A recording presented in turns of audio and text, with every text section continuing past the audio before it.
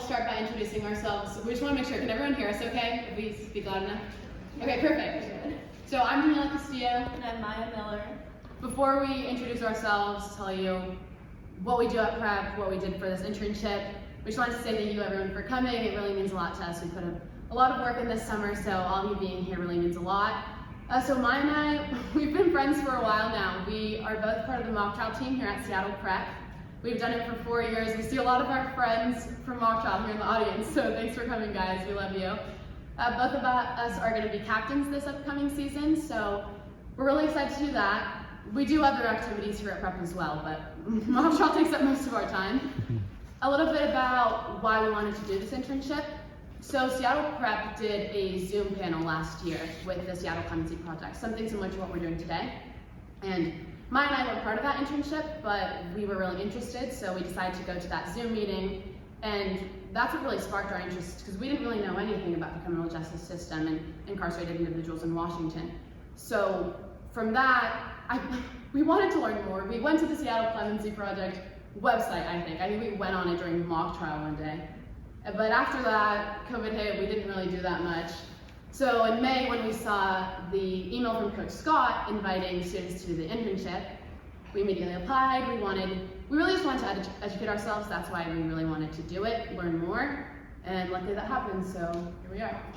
Yeah, just adding off of what Daniela said, I think we've learned so much this summer through reading the materials, having meetings with our other awesome interns, and then obviously having conversations throughout the summer with Freddie and Carlton and Anthony. We just learned a lot about the criminal justice system and how a lot of the time here in Washington, it assumes that incarcerated people really have no opportunity to get better, and they aren't given the support or the resources to better themselves and re-enter society.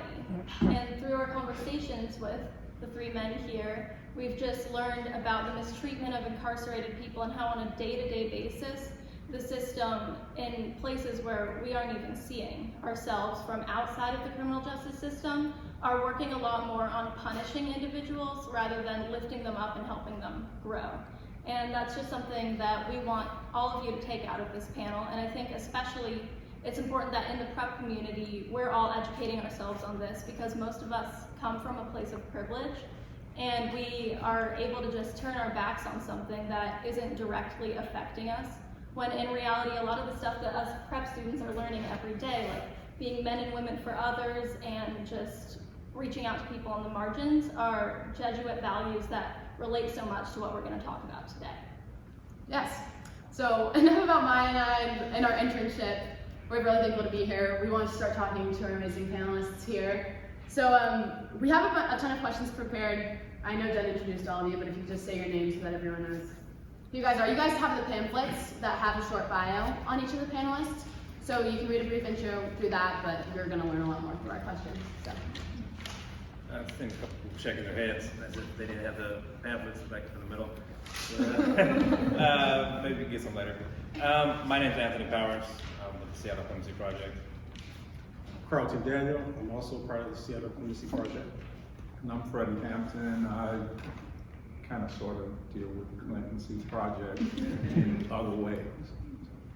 All right, thank you. So our first question for you guys, we want to start by just giving some context to the audience. So just telling them how long your sentence was, and we know all 3 of you had really complex situations, but just explaining what the crime was that led to that sentence. Obviously, Carlton, we know you didn't do anything, but anyway, go ahead. I can start. As Jennifer mentioned, I was locked up at the age of 16. I was locked up with my older brother. He was 21 years old, and we were locked up for first-degree murder. I did 22 and a half years. Imagine this, probably like a lot of people here in this room, I was a person who thought anybody who was inside of the back of a police car was a bad person, lock them up, throw away the key, don't never let them back in society again, until one day it happens to you.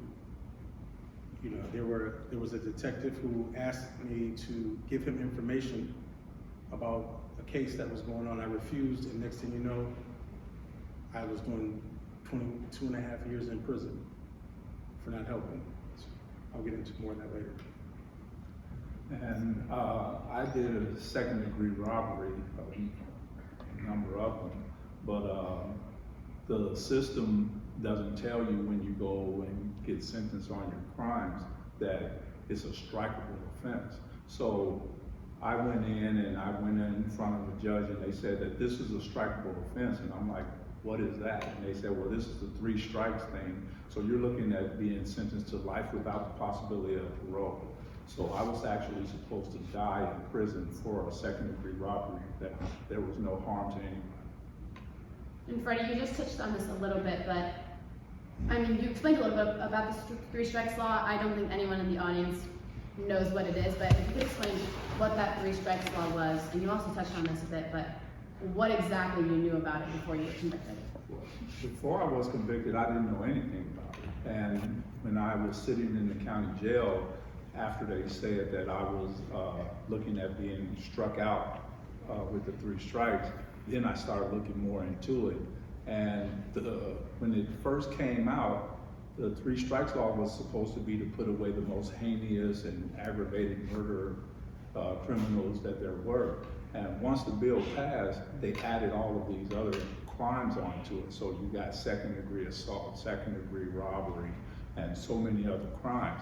So a lot of people didn't know what all these were. The 3 strikes law was generally set up to just put people away. There was no option. The judge couldn't make a decision and say, well, this person isn't bad enough that we have to put him away. He would actually tell you, I have no discretion in this. You must go to prison. So the 3 strike law was pretty much set up to just put people away in prison for the rest of their life. With me, I went in and because they asked me before when we were having our meetings,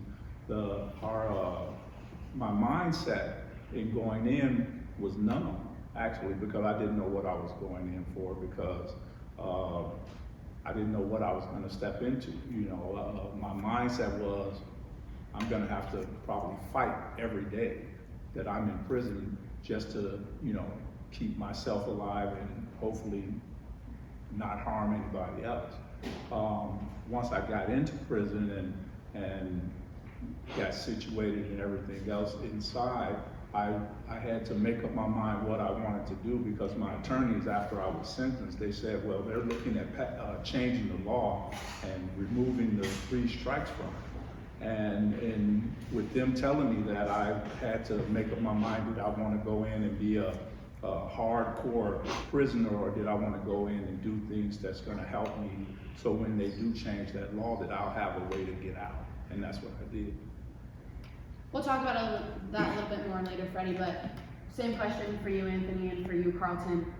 What did you know about the criminal justice system going in? Anthony, you as a juvenile, and then as Freddie talked about his mindset, what was your mindset going in? So I didn't know anything about it.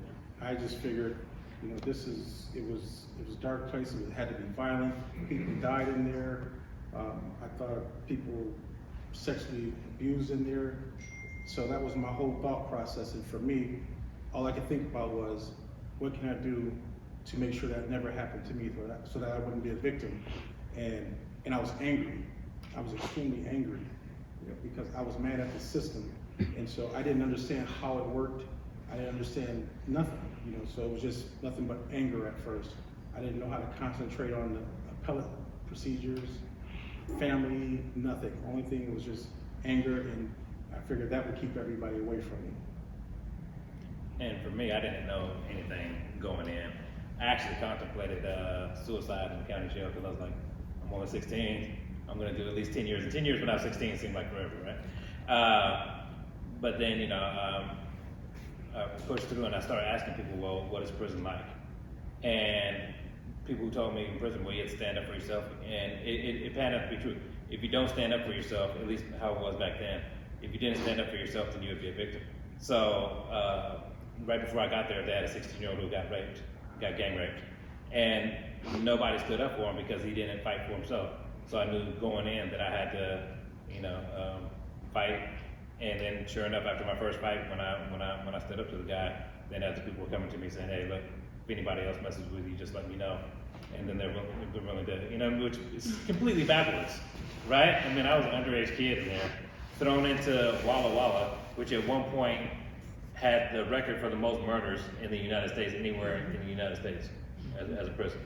And this is where they sit as underage kids.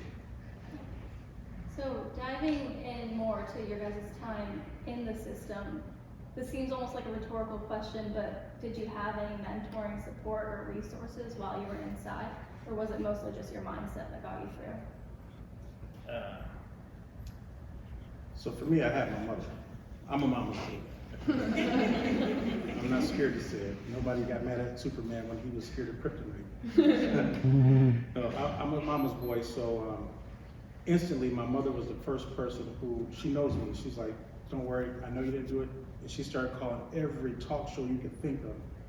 And nobody answered her except one person. And Ed Bradley, rest in peace, he worked with 60 Minutes. He flew out to come visit me, and we talked. And his investigator actually found a lot of the evidence for my attorney to show that I wasn't there, you know, doing the crimes, which the judge didn't let come in. And so he stayed in my life in the beginning of my time, and always kept telling me, you know, you're gonna make it, you're gonna make it. And then so I made a promise to my mother that I wasn't gonna do all my time. You know, I promised her, I said, don't worry, I'm not gonna do all my time. And she passed away 2 years before I got out. And before she passed away, I asked for them to put the phone up to her ear. And I promised her, and I said, you know, every day of my life from here out is my way to say thank you to you. And so like everything, I feel like everything I've done in my life, I haven't done it for me, it's all been a thank you. And I actually got out 13 days early. So I felt like the promise was fulfilled. But that was my drive the whole time. Great, okay. I'll go first next time. Speak on my mindset already. What am I keeping up? If you received any support or mentoring Oh, while you support. were No, I didn't actually have any support. My support came from God because I was already Muslim, and I went in and I didn't really know anybody in Washington. I still don't have any family in Washington, but I love Washington, so I'm here. And my support system was pretty much bow down and pray and talk to God. And if it was meant for me to have it, I would have it. And if it wasn't meant for me to have it, I wouldn't. And I just had to go through each and every day that way, you know. So that's what I did. That's actually a good point, because I never thought of it like that, as far as also the support we get from each other in there. I mean, mentorship was hit and miss. There's a lot of negative mentorship. People teaching you how prison works. You know, hey, don't talk to the police. This is how the drug market works. You know, they thought they were doing the right thing, which actually in turn later on down the line helped change the course, which we'll get into later. But as far as outside support, I had some support from my family in California, and you know, my mom was stuck in there. You know, as you go along, more and more people either pass away or just fall off because they lose hope. Right, so it doesn't sound like there was any support from the criminal justice system. Yeah. It was, no. So how did you work to better yourselves on your own? Like, what did that routine look like for you guys? I mean, for me, I was a young, angry kid, so my first 10, 11 years, I actually was getting in trouble all the time, right? So it was 11 years in, I had a teacher, because you had to take a class to get out of what was the whole solitary confinement. So you had to take 1 or 2 classes. I took the shorter class, thinking it'd be the easier one. And my teacher was, she seemed like she was sincere about it, right? And that had an impression on me. And even though I thought the class was garbage, it still had an impression on me that she wanted to make a difference, right? So I was like, all right, maybe I'll change, maybe I won't. And then a month later, my grandmother passed away. And then it was a moment for me where I was like, you know, being 18 or being 21 doesn't make you a man, your conduct makes you a man. And I vowed that I would never get in trouble again. And before that, I had 44 major incidents inside the prison system. And after that, I never got in trouble again.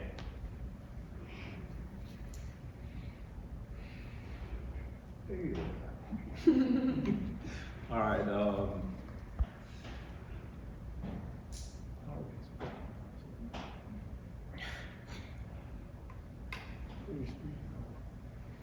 I'll go. yeah. So for me, it's kind of weird. There was an officer, his name was Miller, and I eventually saw him again. We got sent out of state, and he was a CPM when we were in Arizona. So he kept seeing me always angry, he's a big tough guy, always lifting weights. Don't talk to me, don't speak to me. And one day he said, I think you should talk to these guys. I think they'll listen to you. I'm not talking to these guys. I don't want to say, and they better not say nothing to me. But really, I was scared. And a couple weeks later, a guy's mother had passed away, and this officer told the chaplain, he says, I think you should have Mr. Daniel called out to speak to him. So they had me called out to the chapel to speak to this young man about him losing his mother. And he was just breaking down, bawling. So I started talking to him, and I saw his mood change. And I'm just talking to him because I felt for him, because again, I'm a mama's boy. And that day I realized that there was a change for me because I was angry. My anger was I wanted to put the Department of Corrections and the criminal justice system out of business. And so I felt like the only way to do that was to stop people from coming to prison. And I made it my mission to do everything I could because of what I received from that officer. And when I actually went back into the prisons and started visiting the prisons and speaking at the different prisons, he's actually the third prison I went to, he was there. And I couldn't help it. I just started bawling, crying. He started crying, and I couldn't stop thanking him. So that was. Okay, so with me, what got me going, I started taking a lot of classes, and I took stress and anger management and victims awareness because I wanted to understand, the other side of a crime, and I wanted to be more knowledgeable about what I do and how it affects those other people. And what I learned was that even though they were victims, I was a victim at the same time. So in me understanding that anything that I do, it affects somebody. It might not affect that immediate individual, but it affects somebody down the line. So I started doing things to make sure that I would never be put in a situation where I was harming somebody ever again. So for me, it was a thing they say that you should think 5 times before you act or you speak. And so that's what my, thing was. That became my motto of let me think this through before I, say something or act on something. And that's what got me through my first 7 years of prison, which was at Walla Walla. And once I got through that, I went to Monroe, and then we went out of state. And once we got out of state, it was a whole nother environment, but I had to keep that same concept of, and that's what brought me through and gave me the support that, I used. All right, well, mine, I want to talk a little bit about the actual Seattle Clemency Project. That's a huge part of why we're here today. So, Carlton and Anthony, we know that you work for the Seattle Clemency Project, but we just want to know how you found out about the Seattle Clemency Project in the first place. How I found out about it, John Zoloff came in to visit somebody just before the actual founding of the project, and I found out about John Zoloff, so then I kept in touch with him. Mm-hmm. And so then when the project was founded, then I heard about the founding of the project with him and Jennifer Smith. I actually hadn't heard of it, and then one day a friend of mine had called me from the penitentiary, this gentleman named Ray Lewis. He called me and he says, hey, I'm going to be going through clemency, and I would like for you to come, be a character reference for me, testify at my hearing. I said, okay, no problem. He says, well, I'm going to have my attorneys contact you. I said, no problem. So John Zuloff was his attorney. Mm-hmm. And so I went to meet with John Zuloff, Jennifer Smith, Emily, and we all met at a Panera Bread. And we started talking about this case and what I would say and when it was. When I was listening to them and what they were doing, and so for me, I saw something that impressed me. It was they actually cared about the people. And that meant everything to me. It wasn't about money, it wasn't about photo ops, it was about the people. And eventually, you know, the rest was history after that. And with me, it was a thing of, I was sitting there and somebody kept saying, hey man, why don't you apply for clemency? And I was like, man, I'm not applying for that stuff because that ain't gonna help me and all this other stuff. And I think it was a year after that I said, they were like, man, what do you have to lose? So I wrote the Clemency Project and they wrote me back and they said, well, we need you to gather all of this information together and send it to us so that we can look it over and decide if we can help you or not. And after I gathered everything with the majority of everything that they wanted and sent it to them, Jennifer and Emily actually came up and visited me and we sat and we talked and they said that I was a good candidate for clemency. So from that point on, I started redirecting everything in my life again to be more ready for, if this goes through, what I'll have to do out here in society again. So, and I know y'all want to keep this short. You're fine. And so my thing was, and I'll tell this to anybody, Seattle Clemency Project is a great place, okay? And I love those people because without them, I wouldn't be here now. So I always there to help them in any kind of way. But I had to change myself again and I started making plans because they say if you don't have a plan before you get out, you're gonna fail. And it's true, you know, and I planned and I planned and I planned, and the day I got out, I went into a transitional house. A month later, I had a job. I already had a vehicle. I just had to get my driver's license. So I had everything in play to whereas I can make it out in society. And with the support that I have now, these two brothers here, and Jennifer and the Seattle Clemency Project, I don't see myself ever going back to prison ever again. All right, so we have some individual questions about your guys' process through clemency. Obviously, Freddie and Anthony, your guys' personal experience, and then Carlton, mentoring people who are petitioning currently. So Freddie, I know you just touched on this a little bit, but could you just explain a little more about your personal process petitioning and what that looks like for you, your mindset? Well, like I said, when I first wrote them, and they wrote me back and said, you know, gather all this material. And it takes a while to gather that material together. So it's not a quick process, you know. I think it took, just from us holding our conversation and me gathering all the information and paperwork that they wanted, it took us at least a year and a half just for that. And then after they gathered all of that, and then they found attorneys to represent me, then I had to go through that same process again with those attorneys because they had to come up and meet me and you know, we had a feel for each other and things. So then we moved forward with that and they gathered all their information that they needed, and that took probably about another year before we could even get a hearing with the Clemency Board. And then after we got the hearing with the Clemency Board, it took another year and a half before I could be released from prison because we had to wait for the governor to sign the paperwork and then the paperwork to be processed. And so you're sitting here, but you're not thinking like this. You're like, okay, I got clemency. Okay, you start getting rid of your stuff and mailing things out to people.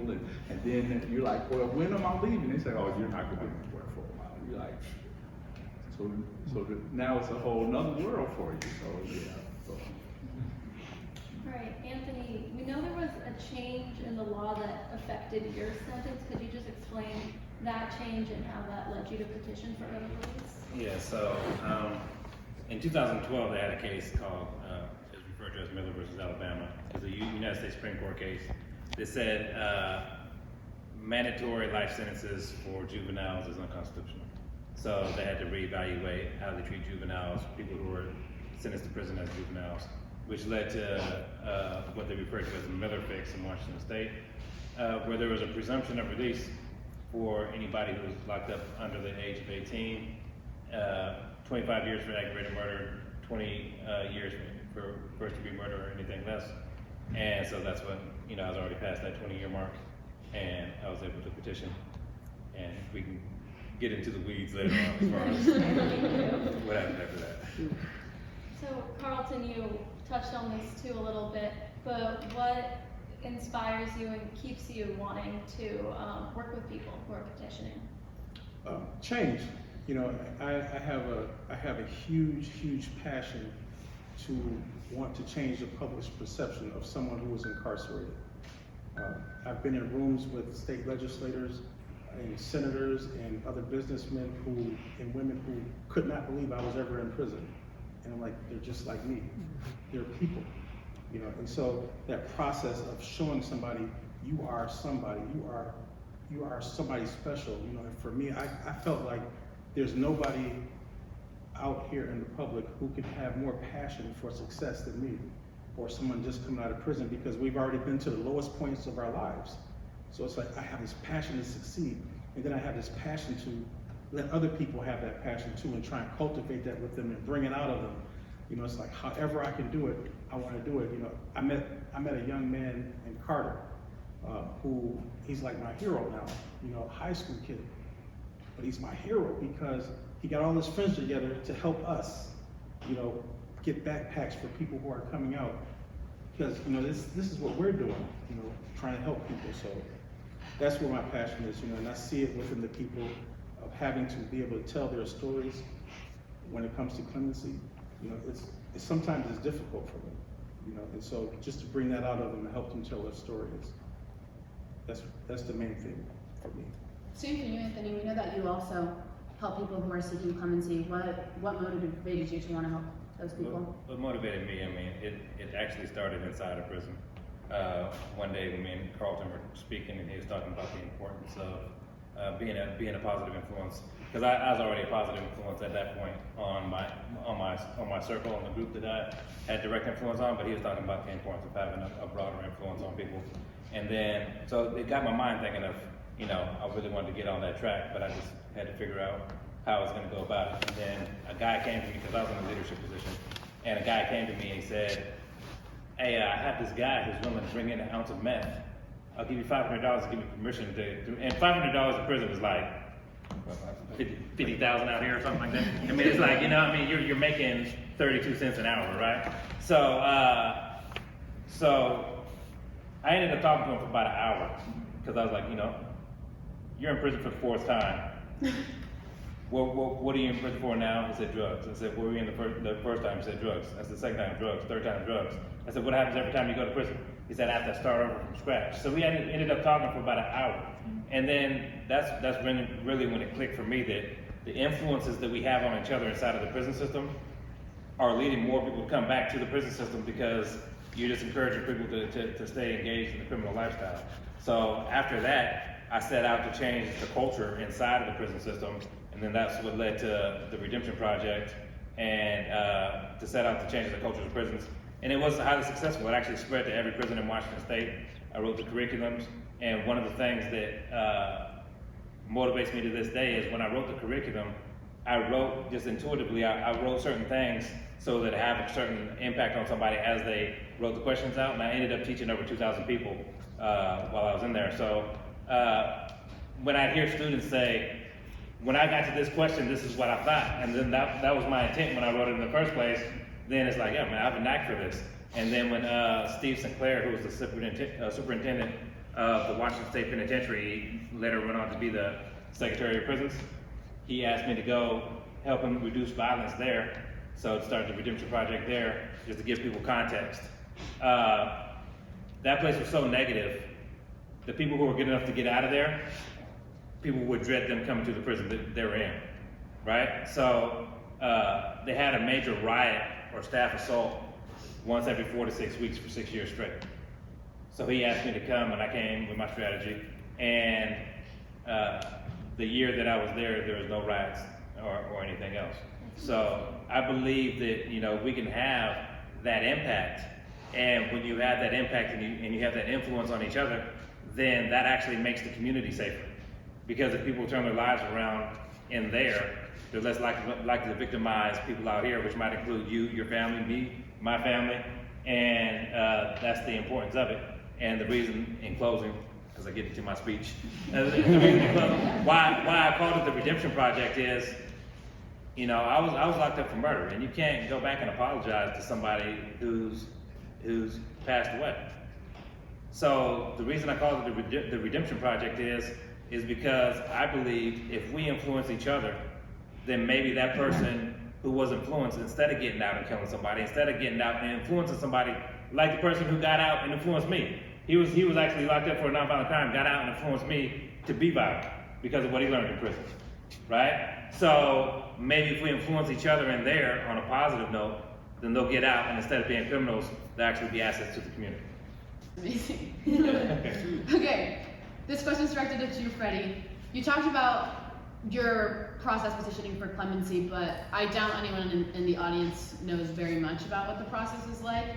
So if you could talk a little bit more about the process, essentially what do you have to show the Clemency and Pardons Board to just show them that you're a candidate who is eligible for clemency, you're a good candidate? Okay, going down their list, they say write a brief bio of yourself to let us know, you know, your background and things like that. So you do that, and you gather all of whatever you've done as far as education to elevate yourself. So any certificates that you had, you do that. You gather all of those together. The staff in prison can't write letters for you, so you can't utilize them, even though a lot of them want to actually, you know, do that for you, they can't. But my counselor did, so he wrote a letter for me on my behalf, and I think my boss out in CI wrote a letter for me, and Carlton wrote a letter for me. He even spoke at my clemency, and a few other people did. And so I gathered all of those letters, and then I gathered photos of my family and this here, and showed that, you know, and then you have to show your infraction history. So out of 22 years, I think I had probably 10 infractions. And the majority of those were minor infractions, and then the major infractions was nothing that was really major. There was no fighting or drugs or anything like that. So all of that, they gather together and they put it in a packet, and they look it over and review it, and they say, because that one person did actually write it, and they said, well, you take 2 more years and then write us back, and then we'll see if we can help you at that time. So it depends on where you are and what you've done and all that here to, you know, if they feel that you're a good candidate at that time. You know, they might tell you to take some more time or take some different classes or something like that, so that you'll have more under your belt, so that the Clemency Board and the attorneys that might represent you will want to take you on. Yeah. All right, this one, especially, there will be a lot to talk about for this one. We want to talk about, like, what issues you ran into petitioning for clemency, what issues, this is for Anthony and Freddie, and then Carlton, you as someone who worked with people who are petitioning. Like, what issues did you run into, can people run into? How does the criminal justice system essentially work against people petitioning for clemency? You want me to start? Man, masturbate. So after, you know, all the good that I did in the prison system, and I didn't do it. I started doing this stuff years before Miller versus Alabama. So it wasn't like I started doing this stuff like, oh yeah, I'm gonna look good when I go to get out, right? I had a life sentence, right? I was doing this stuff because I believed in it, and then Miller versus Alabama happened, and then the opportunity came for me to be released.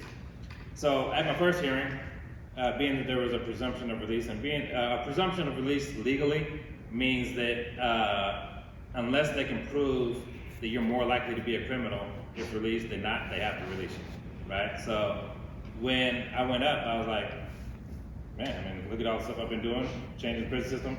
Everywhere I go, violence plummets, you know? I thought it was a pretty good chance of me getting out.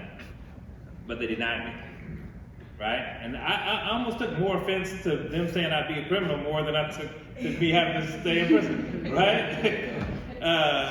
So I filed an appeal, not about the ISRB decision, but I just filed appeal on my case and was back in court within 2 weeks. Prosecutor agreed to resentence me, judge agreed to resentence me, but then there was a case filed in King County in Seattle, because I was in Clark County, and they found out about that case and they stalled me out. So then they went against their own court rules. There's a court rule 5.2 section A, which says a superior court decision has to be appealed within 30 days. They didn't do it. Long story short, I spent 14 months in the county jail waiting resentencing, and then they shoot it up to the Court of Appeals anyway. So then I have another ISRB hearing. And during that hearing, they actually told me, and Professor Herbert at the UW was in the room, they actually told me, you know why we denied you the first time? And I was like, why is that? It's that we didn't want you to think you did so much good you earned your way out of prison. I was like, oh, what a good reason to keep somebody in prison, right? And then they denied me again. But when they denied me again, then that created a bit of an uproar. And Jennifer Smith reached out to me and said, well, you know, and she was actually there representing somebody else. So, and when she saw me, she was like, oh, hey, Anthony, where's your attorney at? I was like, good question, where is my attorney at? Because my attorney, who wasn't a Seattle Clemency Project attorney, didn't show up. So she offered to give me another attorney, but I was like, man, you know, every time I go through this stuff, my family has to go through it. I said, I'm good, I'm not filing again, I'm not getting my hopes up, I'm not going through this, I'm done. And she kept talking to me, kept trying to encourage me just to meet an attorney. She finally got me to agree to see an attorney. I saw that attorney from Seattle Clemency Project, and he came on board, and they never reversed their decisions. It was the first time, from what I was told, they ever reversed one of their decisions, and they gave me another hearing, and they released me. And it was because of the Seattle Clemency Project. It's because there was eyes on it. It's because they had people in the community who cared about what was going on inside the criminal justice system, right? And I all of a sudden went from being somebody who would be more likely than not to commit another crime to being this shining example, right? They actually acknowledged what I had been doing all along. And then shortly after I was released, the Court of Appeal said, oh yeah, they're out of pocket, they're wrong for that, and I had to be brought back for resentencing. So I actually got resentenced after I got released, which means that I wasn't under the parole board for 50 years. And you know, another thing, you might find this interesting, how they wrote up the juvenile law for people releasing. They said, you can be sentenced to the remainder of your time for committing any crime. So literally, I got out and I had 50 years hanging over me, and I jaywalked once, right? And I was like, oh my God, what if the police would have saw me? I could have got 50 years for jaywalking. And that's the system we got. So that's one of the things that I'm not only working to help people with the Seattle Clemency Project, I'm very passionate about getting laws changed so that they're actual, they're practical. They're practical. We should have a criminal justice system that is practical. Whether or not we are likely to be involved in it ourselves or our family are, we should still want that for our state. And we should be involved in it. Well, for me, working with everybody, I started seeing something different as far as with the clemency process, different things that people face. So when I came on board with the Seattle Clemency Project, originally I was on the board of directors, and then eventually I came on to be director of mentoring. But when I was on the board, we were having meetings, and the very first hearing that I went to, Ray Lewis's hearing, he did everything right. He was a person who, he was my friend inside, so I knew the type of person he was. Good man. And when it came down to his hearing, the reason why they didn't let him go was because of a minor infraction.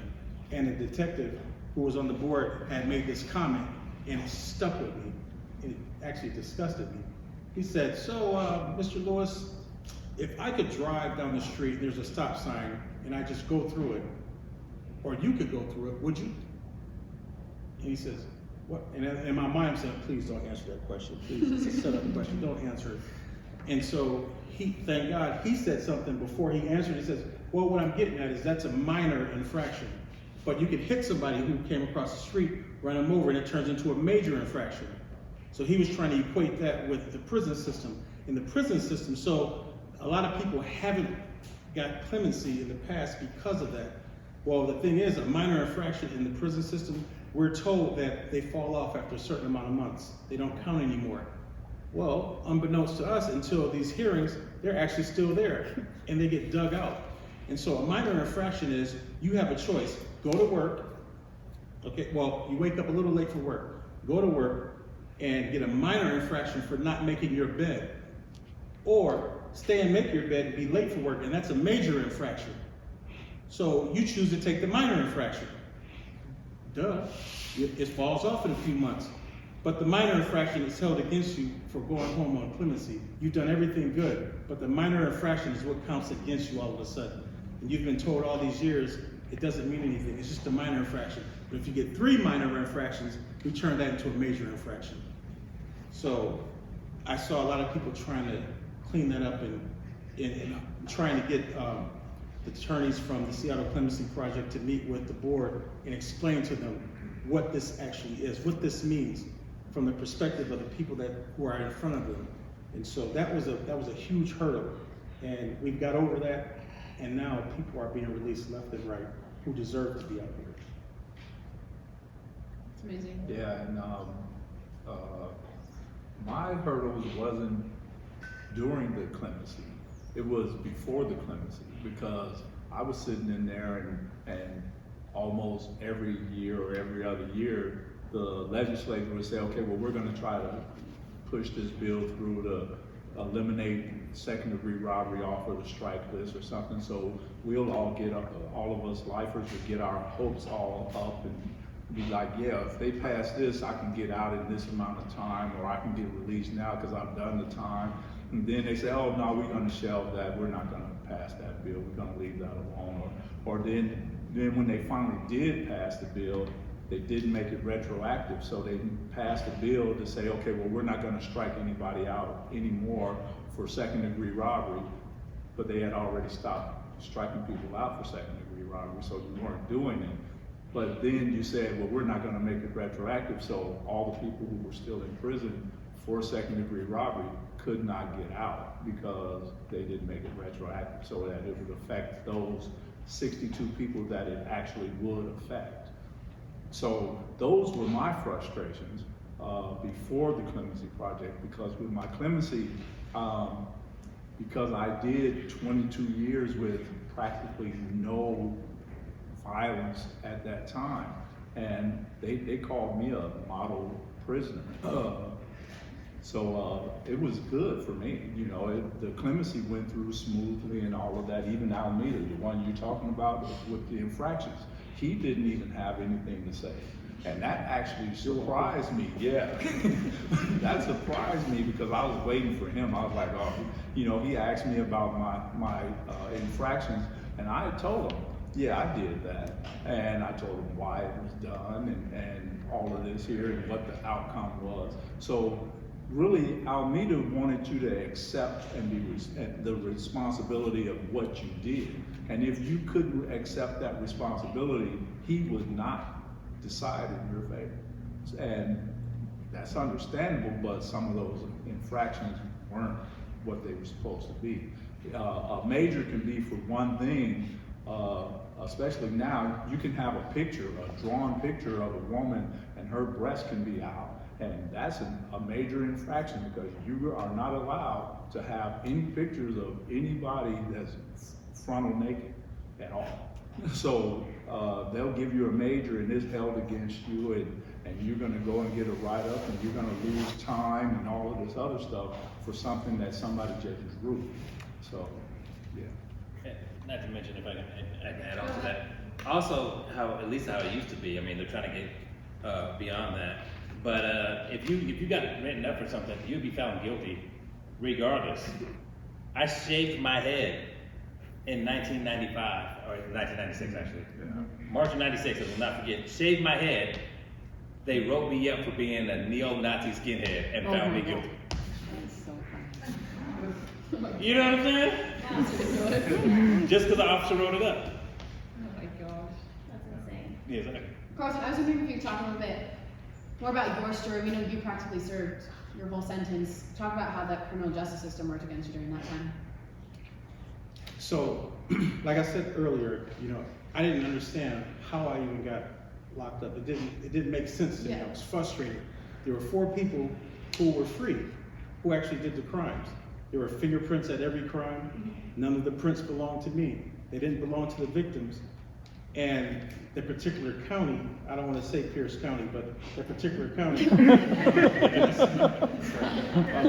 they didn't run it through the NFIS to see who the prints belonged to. And my attorney asked, he says, well, why didn't you run it through the computer? He said, because the detective said only match them to him. Well, okay, well, they didn't match. So if you would have ran it through, you would have saw who they belonged to. There was a glove that had the prints inside the glove that one of the robbers had. And it wasn't the victim's, it wasn't mine. But they didn't care. You know, so it was lots of different things. I was in the Seattle VA at the exact time a robbery was happening in Tacoma, getting a bone scan done. But they didn't want my records to come in showing that, because they would have told you I was 62 miles away. It didn't make any sense. And so I didn't understand it, so I was angry. And later on, what I realized, I would file an appeal, lose, and 3 months, maybe a year later, somebody would file the exact same thing and they would win. And the way the justice system is set up, you can't refile because somebody's won. Nope, you only get that one shot, that's it. Like, what do you mean? You just changed the law. It doesn't make any sense. So finally, one day in 2000, the law changed called accomplice liability. And everybody was talking about this accomplice liability, accomplice liability. You better check your paperwork. Whatever, all these years, whatever. I just happened to look at my judgment and sentence. I'm like, I have the exact wording. And I kept reading more, and it was all about because I knew that my ex's brother was one of the 4 people. And they said, even if you have knowledge of a crime, you're just as guilty. So you can be charged, tried, convicted, and sentenced as if you committed the crime. So all of a sudden this was overturned. So everybody started filing appeals who this affected. So I filed one. Everybody lost. 314 people lost. Mine kept going all the way to the state Supreme Court. I'm like, oh my gosh. Then all of a sudden, they put my case on stay. It was like I was on hold. And then the state legislators went to a special session.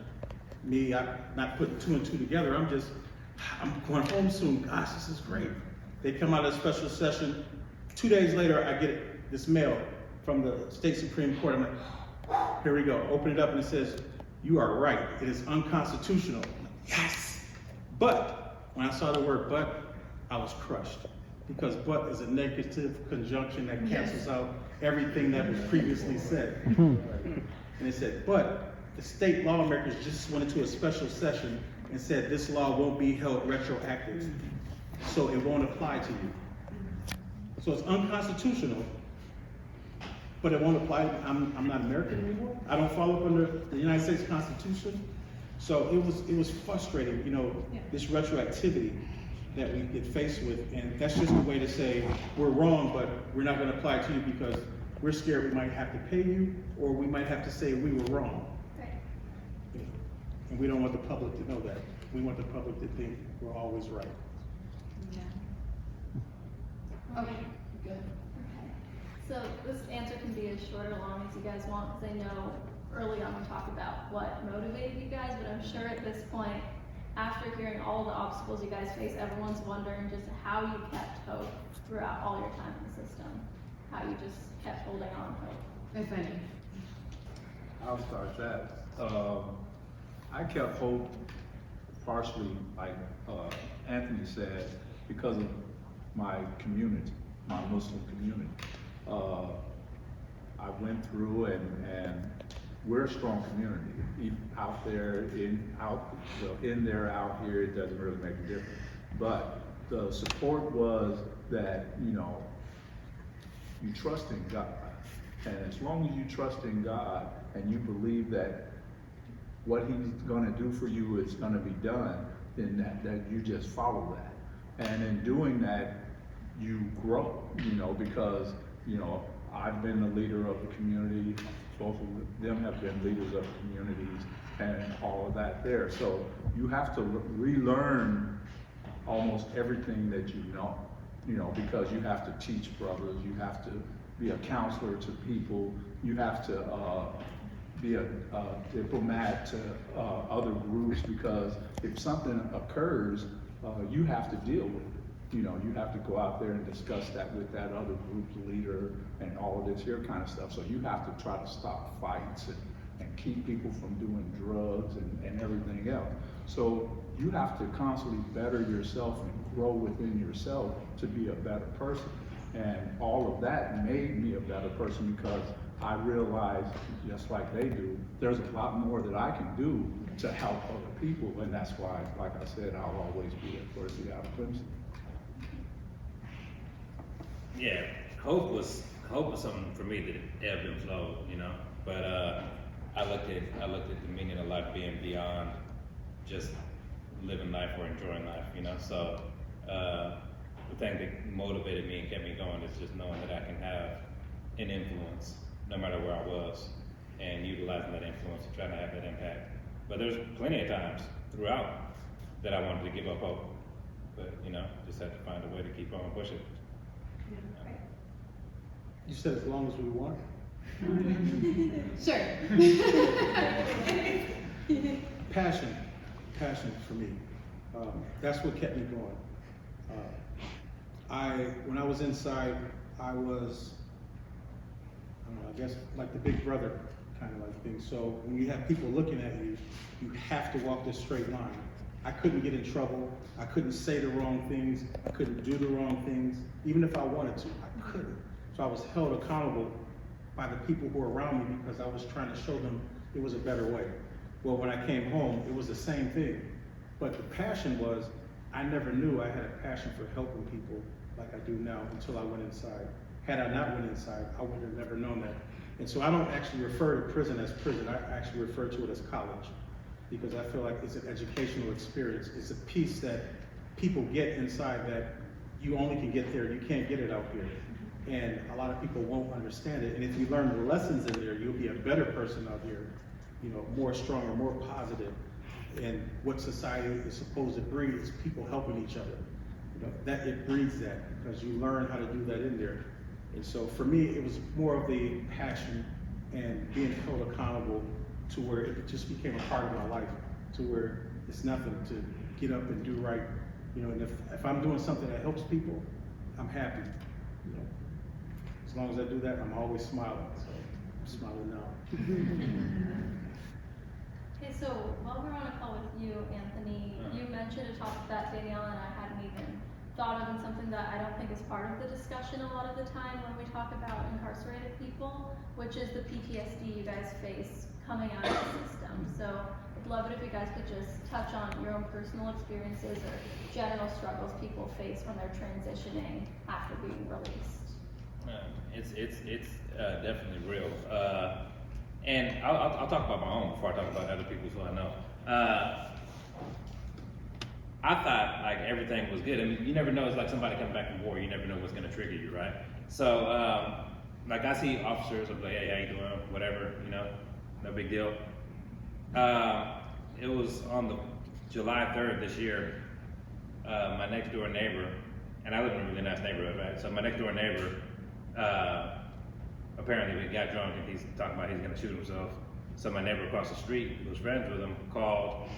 But because I found this out the next day, he called police and said, hey, you know, my neighbor's suicidal, he needs some help, but don't come into the neighborhood with your police cars. And they listened to him. He said, look, we have a nice neighborhood. I'm a Marine, I'm a veteran of the Marines, I'm fighting the Gulf War. Don't bring your police cars into the neighborhood. And my house is a corner lot. So I'm out there bringing in the sprinkler, and I see 2 sheriff SUVs swerve in fast and stop on the corner, and then another one actually bent when he stopped right on the corner, right? And that triggered me, right? Even though I knew I wasn't doing anything wrong, I was still worried they're gonna jump out, see that I just came from behind the bushes, shoot me, you know what I'm saying? So try to, you know what I'm saying, or anything, right? And I was just like, get in the house, and my heart was literally racing for hours. Even after they left, I still felt the anxiety for like an hour after that. But I've seen a lot of guys, they fear going back. They have a hard time adjusting. And it's really, I think that's the biggest one is feeling terrified of having to go back to prison. And some people are almost suicidal rather than going back. It's like looking over the dial and go back. I mean, and even if they're not doing anything wrong, but it affects their lives in a way to where they actually go down a negative track because they're under so much stress of, having gotten out and then fearing going back to that. So for me, I could actually talk forever on this because I deal with mentoring. But I'll first tell you about 2 incidents that happened with me because like Anthony, I got out, I figured I'm fine. I'm so busy worried about helping other people. I don't have any, all I have to do is do that. I'm not worried about anything else. Everything's fine. Life is gonna be great. Just go. So 2 weeks after I had walked nowhere in 2 weeks, everywhere I was driven. So finally, after 2 weeks, I said, hey guys, I'm gonna walk to Safeway. So I walked to Safeway, and when I got back, I was sweating profusely. I was shaking. My daughter said, what's wrong? I said, everybody was looking at me. She said, what? I said, everybody was looking at me. What do you mean? Said, listen, the cars, people stopped at lights, they all did this. And, what are you looking at? I walked into Safeway, people are, everybody, I'm in line, people walking by with the carts looking at me. They're like, well, Dad, you're new, that's why. I said, no, this is not good, I don't like this. And I was freaking out. And a couple of days later, we went to Sam's Club. And I was stuck in the middle of the aisle, standing there, unbeknownst to me for almost 5 minutes. And my granddaughter touched my back. And she goes, Papa, you all right? I jumped. Yeah, I'm all right. What's wrong? She goes, you were just standing here for a long time, just standing here. And what it was is that we were in the cereal aisle. And for 22 and a half years, I had a piece of paper that had 3 cereals to choose from. I had never seen so much cereal in my life. And so, I mean, that seems funny, but it freaked me out.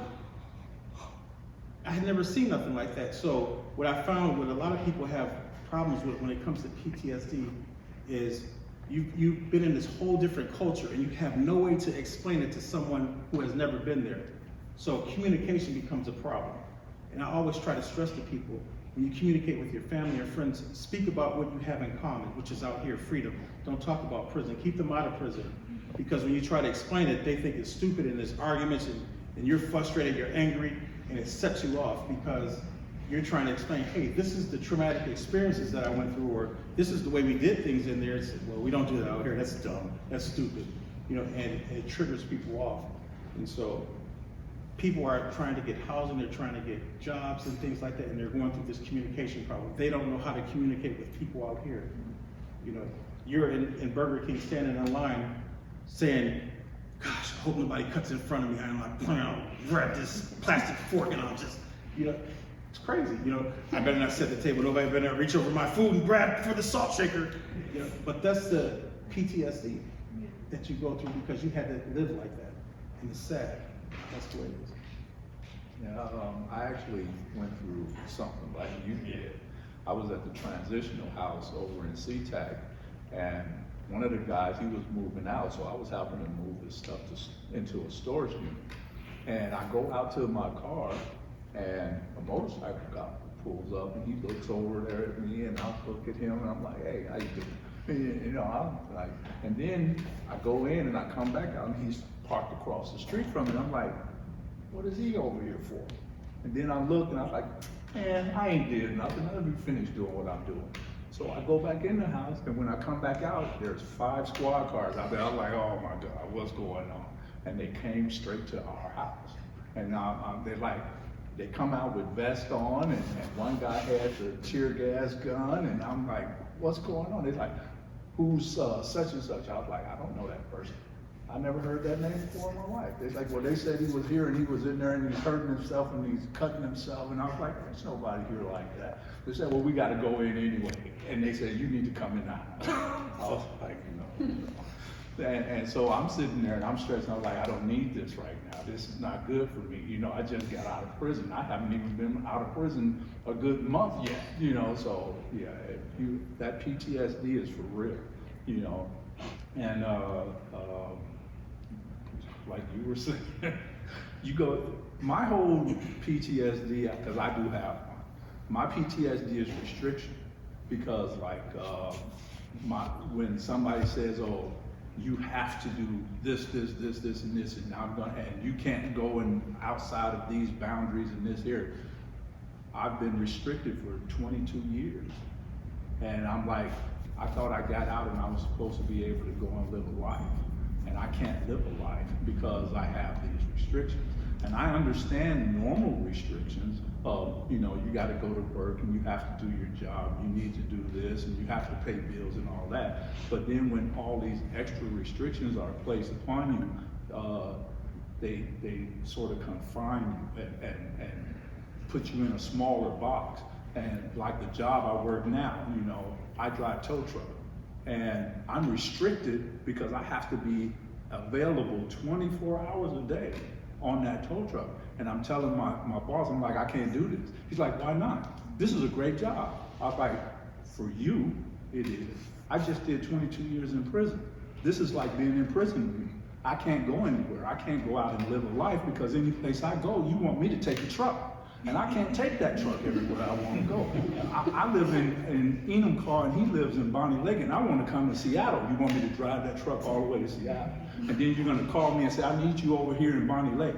How long do you think it's going to take me to get there? So those kind of restrictions that were put on me, I can't deal with. So I'm changing jobs. Can I just say this real quick? So I don't know if everybody else did, but I visualized Freddie on a date with that tow truck. I'm just saying.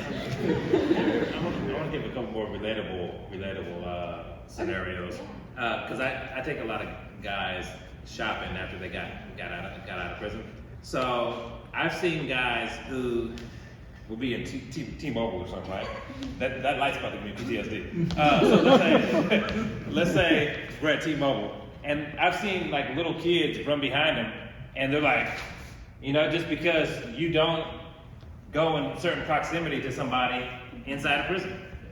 So it's like they're terrified that somebody's going that close behind them, and they have to adjust, to doing that. And even me with my wife, it's like for the first couple weeks, I woke up a couple times hearing her like, ugh, right? Because I like throw an elbow or in my sleep, because I wasn't used to nobody touching me in my sleep, right? And it's like, that's like a huge no-no in prison, don't touch somebody. But I told her, I said, be ready, just, what I'm saying, just, don't try to like wake me up by touching me or nothing, but just her bumping into me in my sleep, I was like, ugh,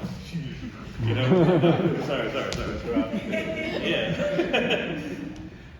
Is that problem better now? Yeah, it's better now, it's better. Great. All right, so for our final question, from this internship, I have learned from all of you that like your personal environment has a lot to do as to why people commit crimes, and I think a lot of our friends here at Brooklyn, maybe a lot of people in the audience as well, don't really understand why people commit crimes, why people have to go to prison. So what do you have to say to the audience about people who are in prison right now?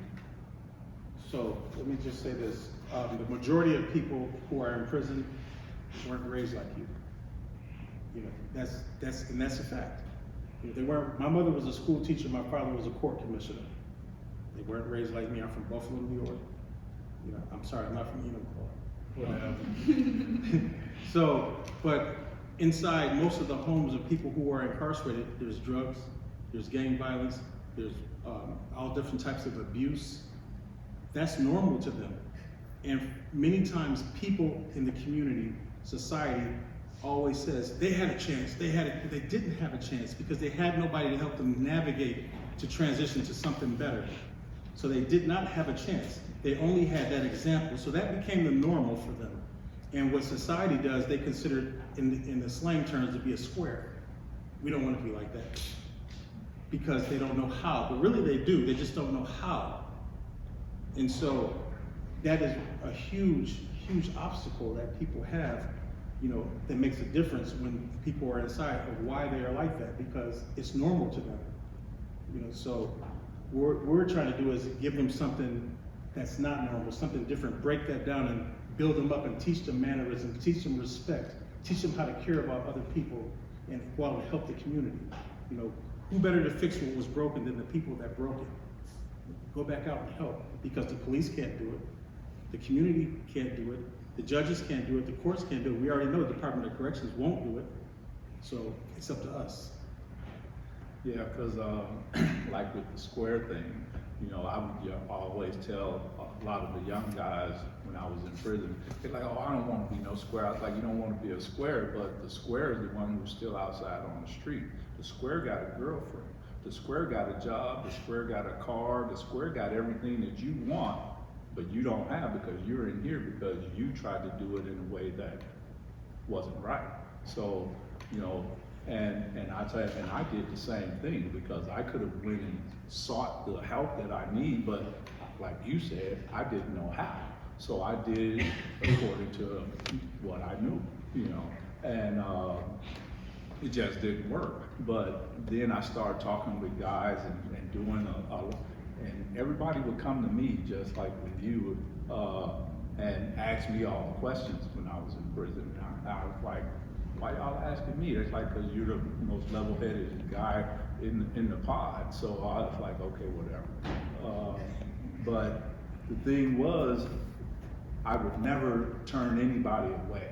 You know, I didn't care if you were Aryan or Asian or Mexican or whatever. Whatever table I sat at, anybody was welcome to sit at that table because that's the Aryans table. You're black, you don't sit over there. That's the Mexicans table. You're white, you don't sit over there. But at my table, I was like, I'm Muslim. I have brothers who are every race that there is. So I don't deny anybody anything. So if you want to sit down and talk, sit down and talk. You know, and that helped a lot of people, and even the COs, like, you know, we like it when you're out here because everybody, it's like it's a little more peaceful because they look at you and they're like, well, we can't be bad in front of this brother because this brother is who stands up for us and all kinds of things like that. So the guys in prison, they have problems. There's a lot of issues, but the issues are there because a lot of us had those broken homes. And we didn't have dads and moms, and we had mothers. Dad wasn't there most of the time. Me, I was a foster child at the age of 12, and even in my foster home, there was just a woman. There was no man. So you didn't have that person there to teach you how to be that man that you're supposed to be responsible and this here and all that there. So you had to learn all of this on your own, and you end up learning in the wrong way. And that's what most of the people in prison, that's what happens to them. Yeah, and I would say that learning the wrong way, it really comes down to value systems, right? Because you're taught a twisted value system. I know my dad left my mom when she was pregnant with me. So, you know, I grew up extremely poor. My dad actually was, you know, had money.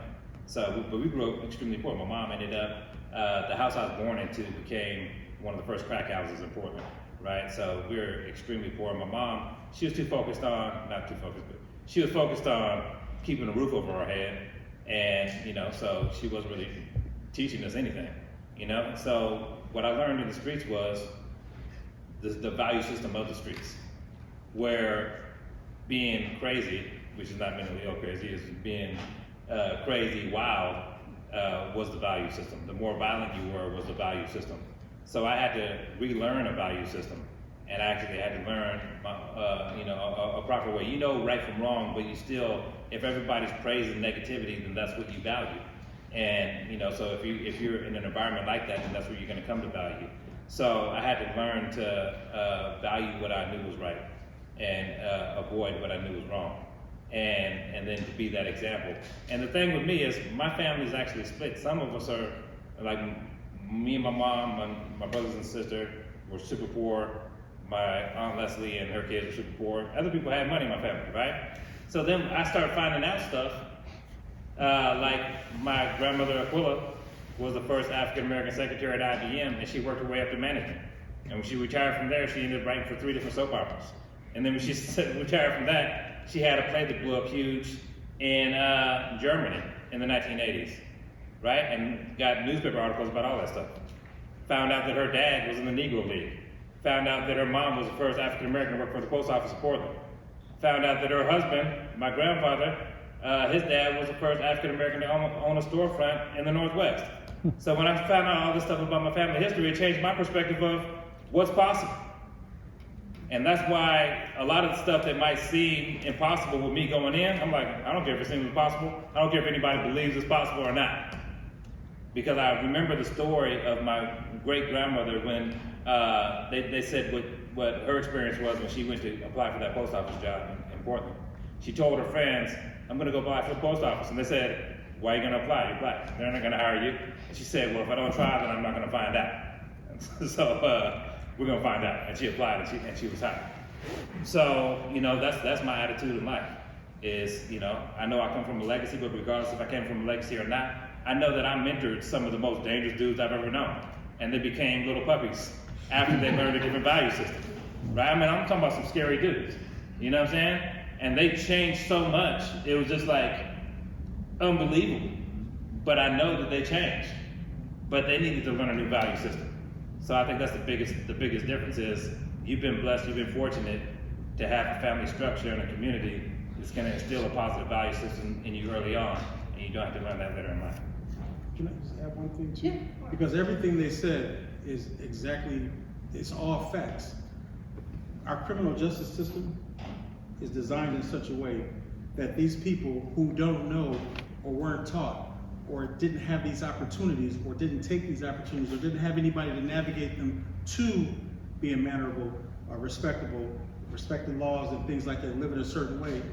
Well, when they got out of prison, since they had nothing to help them transition, what do you think they did? They went back to that which they know best. They didn't know anything. They didn't want to go back to prison, but they didn't know anything else but what they had been taught.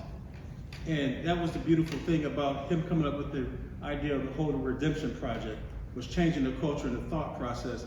And the whole thing was we're breaking down the whole wall of everything you've learned at home. We're going to teach you a whole different value system. And that's what started changing the people. And there are a lot of people who deserve to be out now who are thinking like that. But the problem is, we as a society, we can't knock these people because whether we like it or not, they're gonna come home. So we need to start doing things, talking to lawmakers to change laws to help put programs back in prison, educational programs, and things that will help people transition so they'll come out and help our communities and not hurt our communities. That's important. Thank you guys so much for we can't thank you enough for being here and giving us your stories and your input and just everything you guys have taught us today. Yes, thank you. Yeah, we want to open it up to the audience if you guys have any questions at all. Might take a second. Oh yeah. Go ahead. Yeah. Yeah.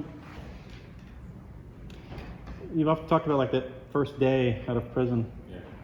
Somebody just deep dive into that because I'm struck by, to use your words, it really seems impractical to take somebody out of prison and set them up for failure. Yeah. And I'm also a follow-on question about whether the project is doing anything on a legislative level to try to fix, or should I say correct, our correction system such that it doesn't set people up for failure, because it just seems pretty dumb. I mean, I know definitely they need to have more invested in reentry, because some of the things that we've done with the Seattle Clemency Project, they're groundbreaking. Nobody else was doing it before we started doing it, right? And I mean, just to give you some perspective on it, right? You're released no matter how much time you've done with $40. There was a guy I picked up on March 1st. He'd been locked up for 25 years for stealing 2 40 ounces of beer, right? 25 years. And they dropped him off in Seattle at night, and he had family in Tacoma who were low income and couldn't come pick him up. So I drove to Seattle, got him, we were in the middle of the night, and I actually brought him back to my own house, and then took him shopping the next day, and got him set up. But without Seattle Clemency doing the fundraising that we do, he wouldn't have had a phone. Can you imagine not having a phone? He wouldn't have had a phone. He would have had one pair of clothes, the clothes he got released in, and that would have been it. $40. Yeah, and $40 dropped off downtown Seattle in the middle of the night. You got a lot of decisions to make with $40. Yeah. I need a place to stay. Yeah. I need to open up a bank account. I need Exactly. food. I need hygiene. I need to get my ID. I need to get Yeah. a driver's license. $40. All of that. Yeah, so legislation, I think a big part of legislation is not only, I mean, everybody's talking about sentencing reform. There needs to be more emphasis on assistance with reentry. And we need structural Yeah, structural, yeah. reform to Well, set up for that kind of thing. Well, let me also just say this. the society has been subliminally seduced into thinking that the Department of Corrections is doing everything right for them by saying, we're on reentry, we're gonna help, we're focused on reentry now, reentry, and everybody's like, yes, reentry. Well, reentry means to get out and go back to where you came from. That's easy. Reentry without transition, and I've said this so many times, reentry without transition is like a flat tire. You have all this rubber, but you have no air, so you don't go anywhere. When do you help these people transition into something? So if you don't do that, you automatically set them up for failure. It's designed for that. It's designed to have them come back. Why? Because it makes money. So rate of recidivism is this revolving door that keeps going. Why should I teach you something when I need you to come back to make money for me? And the perfect analogy for getting things changed, because you're asking about actually getting systemic changes, is my example, right? Deny me, keep me in prison, no matter how much good I was doing. Seattle Clemency gets involved, they're respected in the community, they know eyes are on them. The more of your eyes in the community are on them, and the more they know this. I deal with legislators now. They say when they hear from the constituents, they take that very seriously. So the more of you take 10 minutes out of your day to reach out to them and say, I want to see these systemic changes, the more likely they are to make those changes. I mean, given the cost of when you're in prison, Oh, yeah. it seemed like a fraction of that cost to help support transition. Yeah, exactly. I mean, Fraction. yeah, Small yeah. fraction. Yeah, you can help 40 people for every one I person. mean, what's you it keep cost, in like prison. 80,000 a year to keep Yeah, somebody in jail? yeah. Well, and that's what it costs you, right? Exactly. And so for them, now just think this, you said about 80,000 a year, and the average sentence is like 15 to 30 years.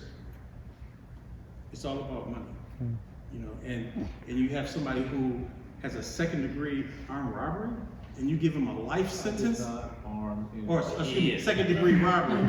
Okay, second-degree robbery. Already sentenced him. Second-degree robbery, and you give them a life sentence. And just to also say something else too, and correct me if I'm wrong, I believe the very first person with the 3 strikes law stole a candy bar, if I'm not mistaken. Yeah.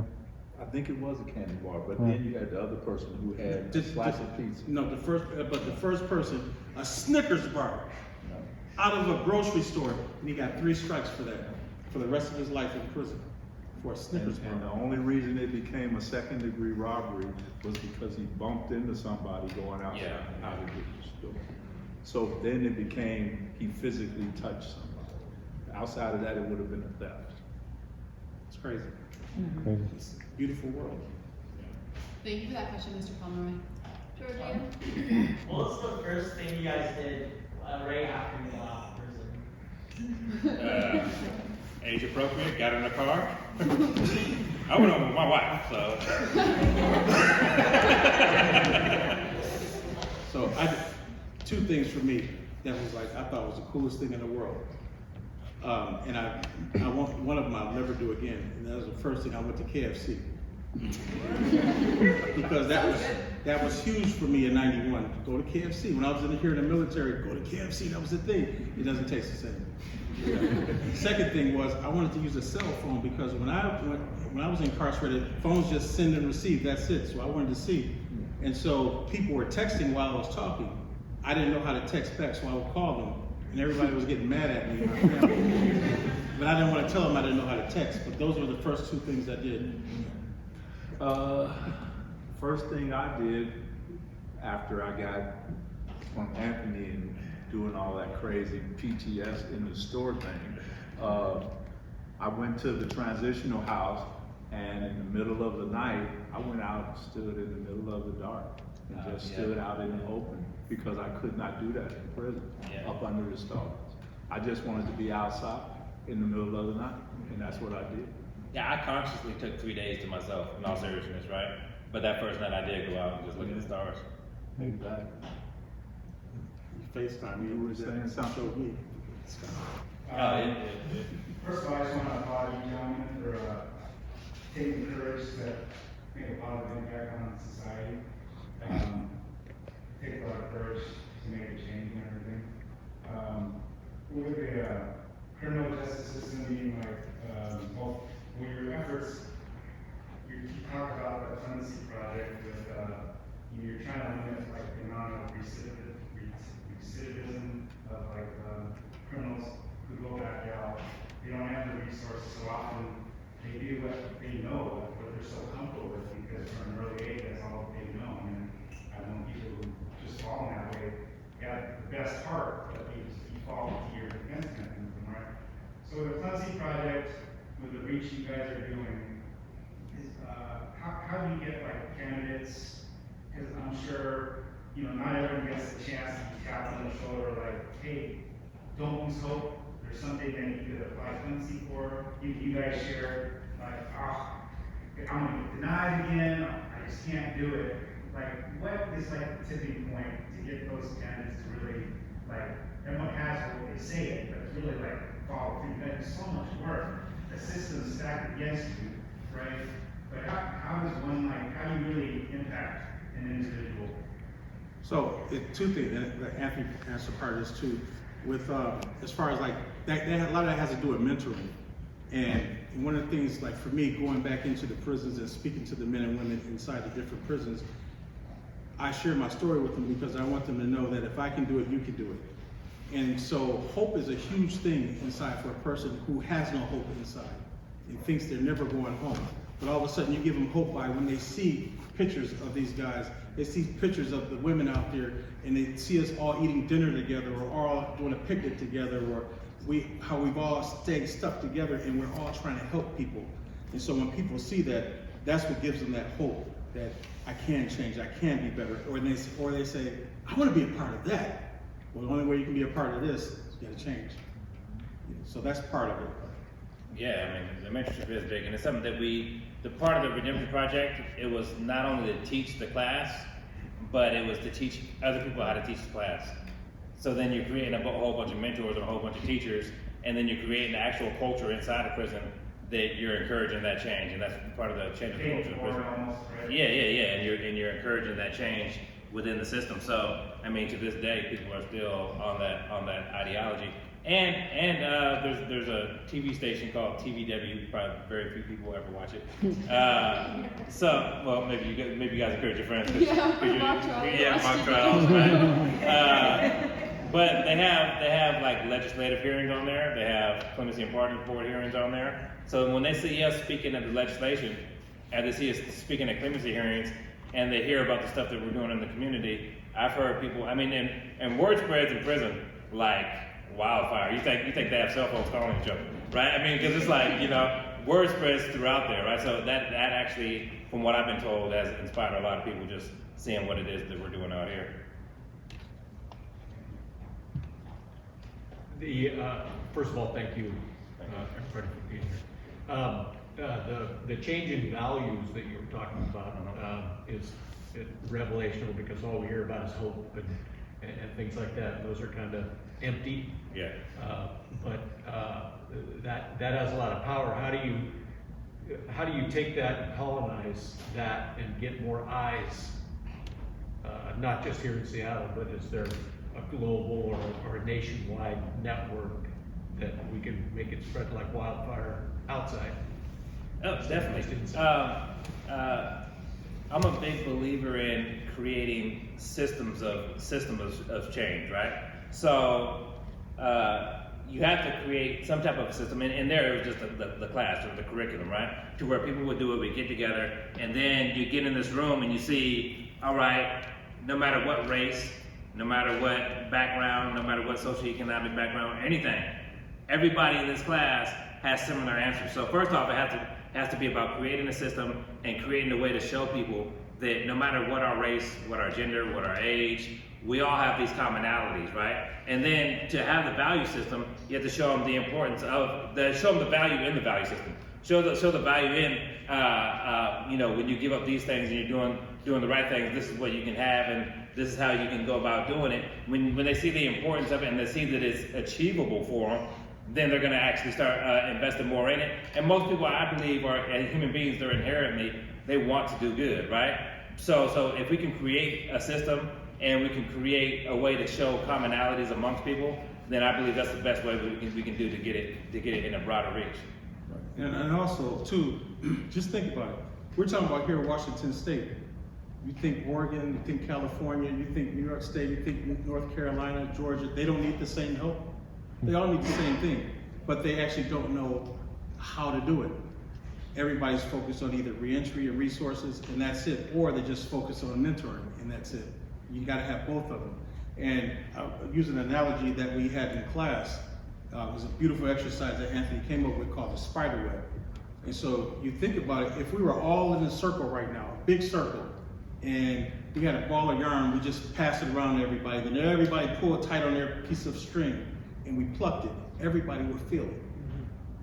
And getting society, the people who are victims, and the person who perpetrated the crimes together to realize that it was impactful, it affected somebody, you know, and then you have to have a desire to want to change, and then give them a system on how to do it. But first they have to have the desire to want to change. And part of that is showing them first how your actions affect everybody. So how about we do something positive so it affects everybody? You know, then it's like, oh, okay. And then you put the system in place. And correct me if I'm wrong, what's your name? Derek. Derek? Nice to meet you, Derek. So, correct me if I'm wrong, but you're not just talking about how to colonize or how to spread this in the criminal justice system. You're talking about how to do it in society, right? Amen. You know, you're talking about how to reach everybody and how to do a broad global reach to where we're actually benefiting everybody, no matter what the background is. Yep. And I believe that the best way we can go about doing that is learn people's individual talents, because we all bring, God created us all differently, right? He created us all unique. And we all have individual talents that we bring to the table. So some people, even the kids, you're better with technology than some of us old folks, right? But if you can find out everybody's talents and then we combine that with a system, then I think that's the best way we can have that broad reach that you're alluding to. You can also send us on tour. Not only that, but it's in your networking too, because a lot of is not putting other people down. You know, even if what they did is negative, you have to bring something out of them that's positive. You know, you have to turn it around for them and say, yeah, we understand you did this, but think about what you did and how you could have did it to make it more effective, so that it helps somebody instead of it hurts somebody. So you have to constantly be thinking for not only yourself, but for everybody else that's in that group, you know, and like they're talking about, the group is society itself, you know, because all of us have to be a part of, because we're all one big family, whether we choose to believe it or not. If we all came from Adam and Eve, sorry for y'all who don't believe that. If we all came from Adam and Eve, all of us are family. So no matter how we look at it, we might be different colors and have different languages and all of this other stuff. We all are tied to one another one way or another. So why would I want to harm one of my family members? So, and these are things that you have to put out there for people to be able to conceive and think about and want to, you know, apply themselves to better and grow and lift up instead of always putting something down. And so Derek? Yes. Right there. That was a real interesting question. I'm sorry if I'm talking too much, but I'm gonna give you an example of something. People inside of prison have a fear of what society thinks about them. Okay? So society helps that by saying, when you come out, you can't get a job here because of your record. You can't live in this place because of your record. We don't want you around here because of your record. And then, matter of fact, we're gonna plaster you all over TV and the internet to make sure that you can't live around here and you're uncomfortable.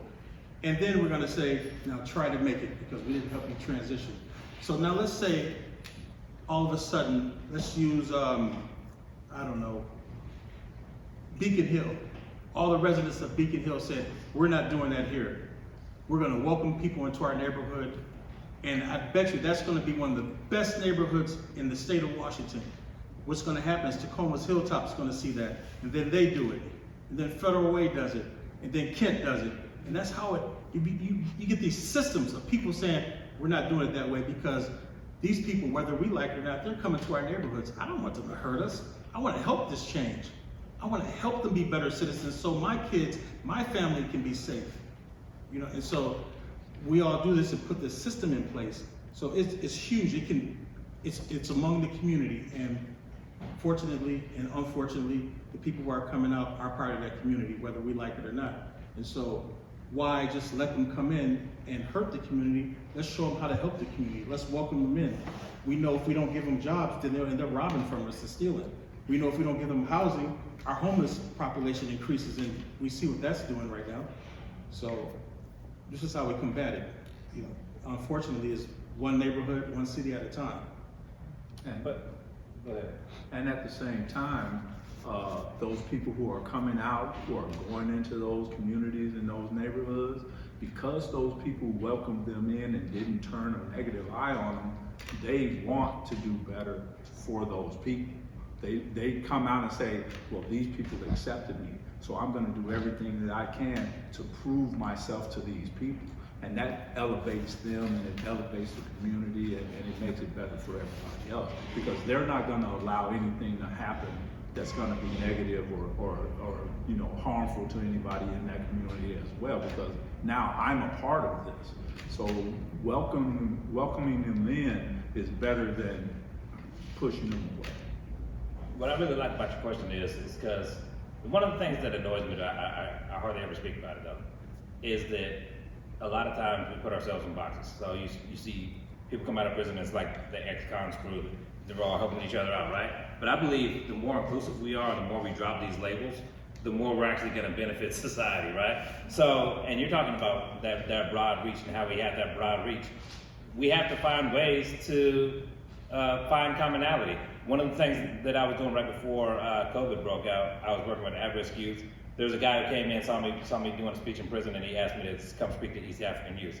So I started talking to them. At first I talked about, if you do get in trouble, here's your rights in the criminal justice system, here's what you wanna know. But then I started talking about, hey, the trades are projected to be 6-figure jobs. Maybe you wanna get involved in that. Tech jobs, you know, there's 1 million vacancies in the United States. You know, so I started giving them different options and different ideas.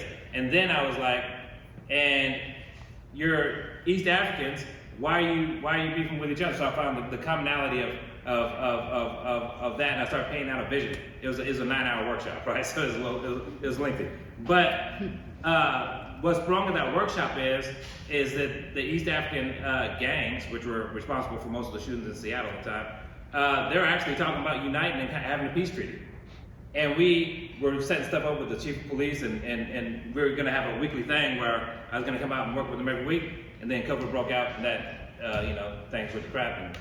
But you see how the trouble was willing to come together, because it's like, man, nobody's ever talked to us about stuff like this, right?